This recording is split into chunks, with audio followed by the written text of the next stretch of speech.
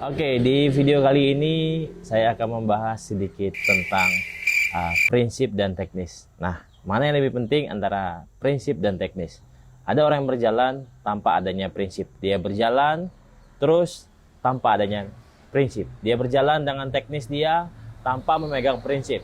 Nah, ada juga yang berjalan, dia berjalan dengan prinsip dan otomatis ketemu dengan yang namanya teknis. Nah, di video kali ini kita akan bahas kedua hal yang berkaitan dalam kehidupan kita. Oke, mana sih yang lebih penting antara prinsip dan teknis? Nah, perbedaannya yang pertama adalah jadi ketika kita punya prinsip, maka kita punya pendirian, gitu ya. Nah, ketika kita punya prinsip, ketika orang membawa kita ke suatu tempat, kalau kita punya prinsip, maka kita tidak akan pergi ke satu tempat itu karena kita ada yang kita capai, karena prinsip itulah yang akan membawa kita, gitu ya. Nah, sedangkan orang yang punya teknis, ketika dibawa ke sana dia akan mengalir aja ikut. Nah, hidup ini nggak boleh mengalir-ngalir aja, dia harus berjalan sesuai dengan prinsip yang dia punya. Nah, apakah kalian punya prinsip? Temukan prinsip hidup kalian. Nah, bagaimana caranya? Terus belajar, terus membaca, terus dengan terus dengan berjalan dengan pendirian kalian. Nah, prinsip itu sama dengan pendirian kalian. Nah, seperti yang saya bilang tadi bahwa prinsip itu sama dengan pendirian teguh, teman-teman ya. Jadi, saya pengen sharing sedikit bagaimana cara kita mendapatkan prinsip itu. Seperti saya katakan sebelum tadi bahwa ketika kita menemukan prinsip, kita akan harus belajar gitu ya. Caranya adalah ya rajin membaca hal-hal sepele sih sebenarnya. Prinsip itu harus ada dalam hidup kita. Nah, dengan adanya prinsip, kita itu akan menjadi seorang pemimpin.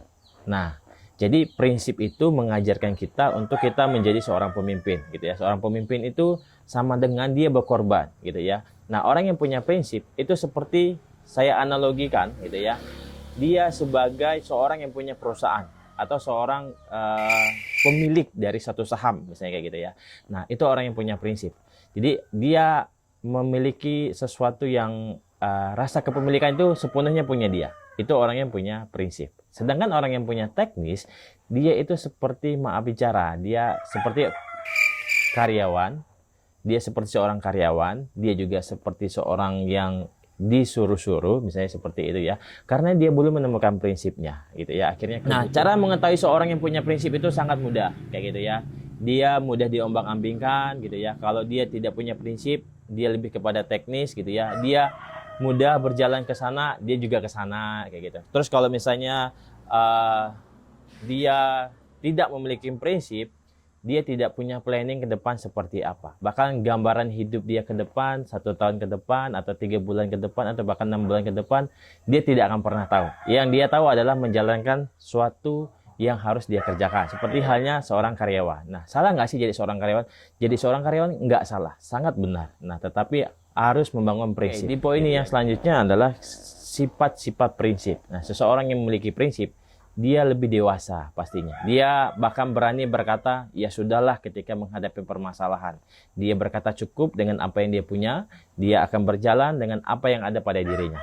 Nah, sedangkan orang yang punya sifat teknis, dia akan terus merasa kurang. Iya dong, karena kan dia sebagai eksekutor gitu ya, dia sebagai pelaksana. Karena dia akan mengalami kurang puas gitu ya. Nah, itu salah satu sifat-sifat orang yang punya prinsip dan orang yang punya teknis. Nah, di poin yang selanjutnya akan kita bahas sedikit tentang tindakan orang yang berprinsip. Tindakan orang yang berprinsip itu sangat mudah kita lihat. Ya, dia sederhana, nggak terlalu berlebihan. Ya, mungkin dia kalau di warung kopi pakai celana pendek gitu ya. Nggak terlalu pakai yang formal gitu ya. Artinya, ya intinya gini, orang yang punya prinsip, dia akan mensederhanakan mungkin semungkin-mungkinnya lah terhadap apa yang dia miliki gitu ya. Oke, sekali lagi intinya adalah orang yang punya prinsip, dia akan mensederhanakan gitu ya, yang ada pada dirinya. Dia tidak berpenampilan berlebihan, dia akan mensederhanakan tampilan, tindakan, kebutuhan dan lain sebagainya. Seperti orang minimalis gitulah ya. Jadi orang yang berprinsip, dia akan mensederhanakan semua hal ini kehidupan dia. Entah itu apa aja, intinya dia sederhana gitu ya. Dan sedangkan orang yang lebih kepada teknis gitu ya, dia akan memilih membuat penampilannya tua biar dilihat orang, biar di ini orang, tetapi sebenarnya dia kosong gitu ya. Kosong dalam arti yaitu tadi kosong prinsipnya gitu ya. Karena belum ada prinsip yang dia bangun, belum ada pencapaian, belum ada pandangan ke depan, yang dia tahu hanyalah menjalankan yang ada hari ini gitu ya. Oke, itu salah satu poin-poin antara prinsip dan orang yang punya teknis. Nah, teman-teman semua, saya pengen mengajak teman-teman itu wajib punya prinsip gitu ya. Nah, kalau misalnya seandainya seumpamanya teman-teman bekerja di salah satu perusahaan atau bekerja di tempat orang lain, bangunlah prinsip.